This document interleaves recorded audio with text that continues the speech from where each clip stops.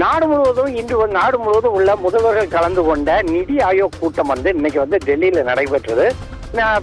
India முழுவதும் உள்ள மாநிலங்களில் இருந்து வந்திருந்த முதல்வர்கள் கலந்து கொண்ட இந்த நிதி ஆயோக் கூட்டத்துல தமிழகம் தரப்புல தமிழக முதல்வர் மு.க.ஸ்டாலின் அவங்க கலந்துகிட்டாங்க.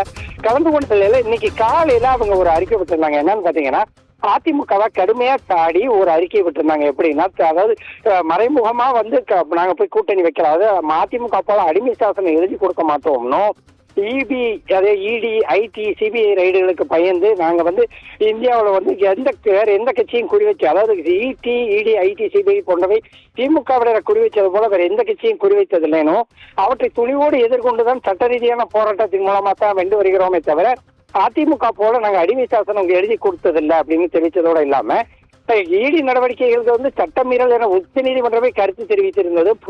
எதிரிகள் பழையமாவையே பொழிக்க அழைத்து கொண்டு இருக்கட்டும்னு சொல்லி தெரிவிச்சிருந்தவர் தற்போது ட்வீட் ஒன்று வெளியிட்டு இருக்கிறார். என்னன்னு பாத்தீங்கன்னா, டெல்லிக்கு சென்றேன், தமிழ்நாட்டின் உரிமை குரலை எழுப்பினேன் குறிப்பிட்டதோடு இல்லாம, ரெய்டுகளுக்கு பயந்து சொந்த கட்சிக்காரர்களுக்கு கூட தெரியாமல் டெல்லி சென்று கட்சி அலுவலகத்தை பார்வையிட வந்தேன் என ஊடகங்களிடம் கூறி பல கார்கள் மாதிரி கட்சியை அடமானம் வைத்து விட்டு வரவில்லைன்னு அதிமுக மறைமுகமா சாடி இருக்கிறாரு.